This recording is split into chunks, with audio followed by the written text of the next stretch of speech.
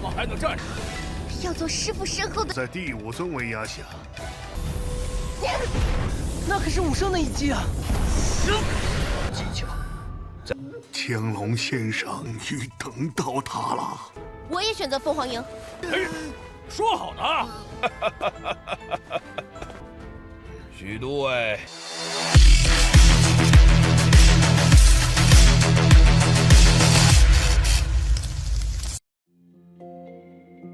Halo semuanya, selamat datang di Ruang Sinema. Bagaimana kabar kalian semua? Semoga selalu sehat dan baik-baik saja.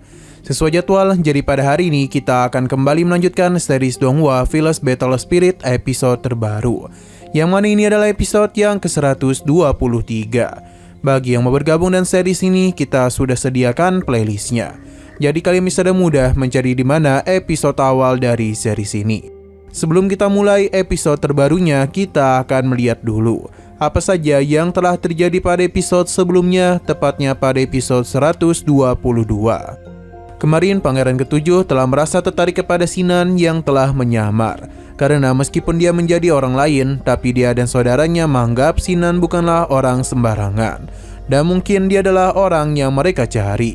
Alhasil perhatian mereka pun mulai tertuju kepadanya.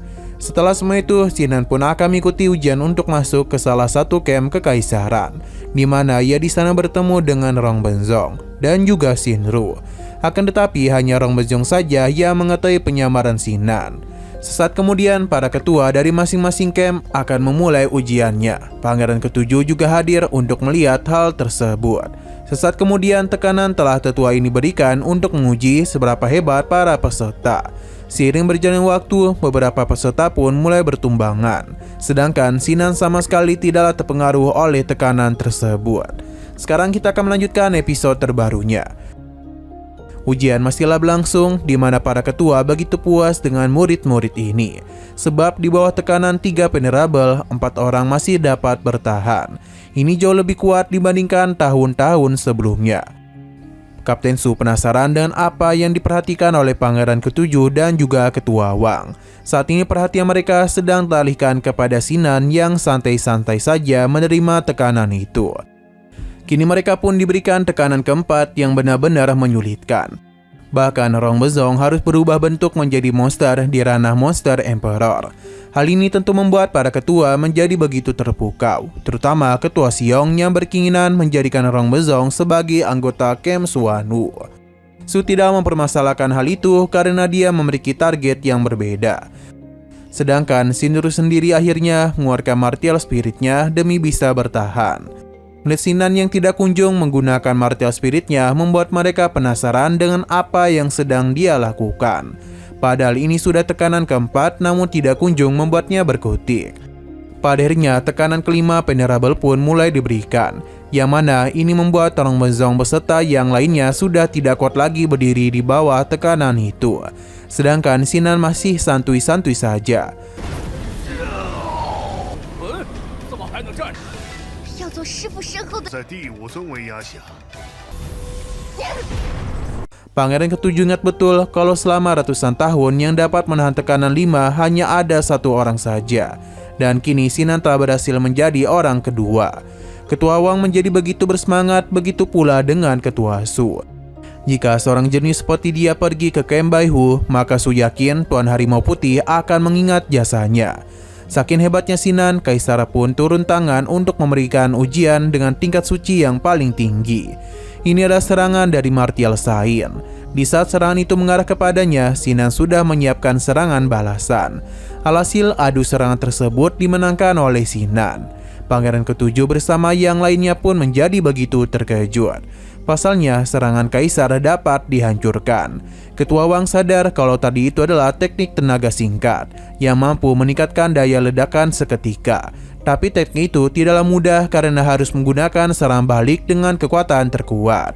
Itu juga harus dilakukan di waktu yang tepat. Tidak ada yang percaya kalau seseorang di Martial Emperor dapat memukul mundur sosok Martial Sain. Sedangkan di sisi Kaisar, dia pun senang karena dapat bertemu juga dengan sosok yang dibicarakan oleh Tuan Naga Azur.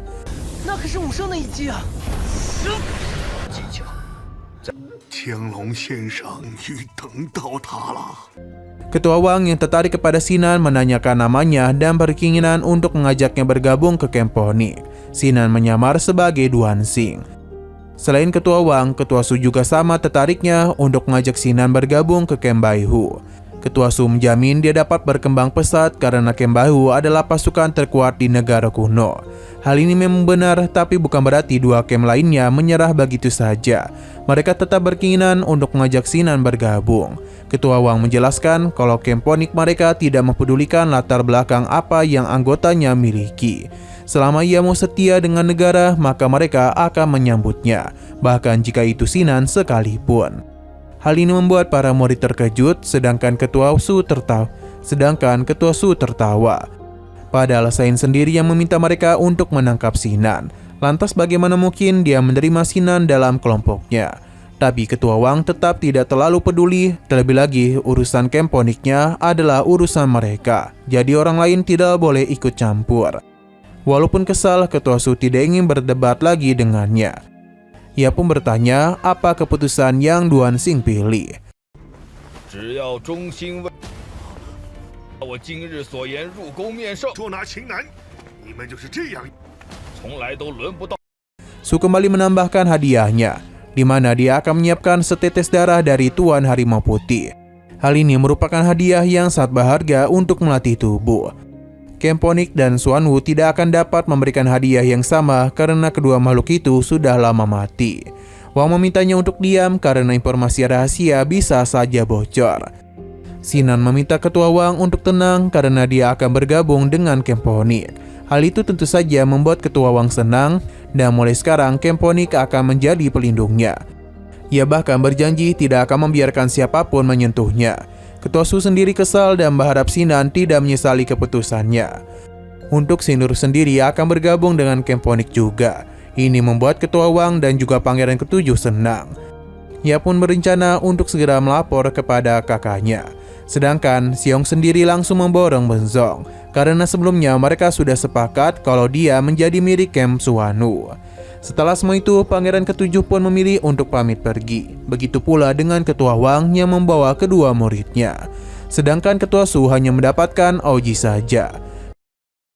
我也选择凤凰营。说好的。许都尉，老吉，我们走。 哦， Ketua Wang memberitahu kepada Sinan dan juga Sinru kalau markas 3 Kem merupakan pasukan penjaga kota kekaisaran. Namun ada 3 kelompok tersembunyi, yakni Yulin, Hubel, dan Xuan Jia. Mereka adalah tim rahasia yang bertugas melakukan beberapa tugas khusus. Yulin adalah tim yang paling kuat, jadi dia akan membawa mereka kepadanya. Ketua Wang meminta Sinan untuk bergabung dengan elit yang dipilih oleh departemen lain. Meskipun Sinan unggul dalam ujian tadi, tapi dia itu tetap bersedia menerima permintaan itu. Karena untuk menjadi jenderal yang hebat, dia harus memulai dari posisi yang paling bawah dulu. Bahkan bergabung dengan Yulin merupakan hal yang sangat dia senangi. Ketua Wang pun meminta mereka untuk memanggilnya sebagai Pak Wang saja. Sesaat kemudian mereka telah sampai di hadapan kelompok Yulin. Ketua Wang meminta mereka untuk bersiap dan ia juga memberitahu kalau 2 bulan lagi mereka akan dibagi menjadi 2 kelompok untuk dapat melakukan latihan pertarungan. Sinan dan Mu Chengye akan dirinya pilih sebagai kapten tim, sedangkan yang lainnya bebas memilih kelompok mana. Dan episode pada hari ini pun harus bersambung dulu. 但仍要和别部挑选。入。你们将会分为2组，2人分别作为武长。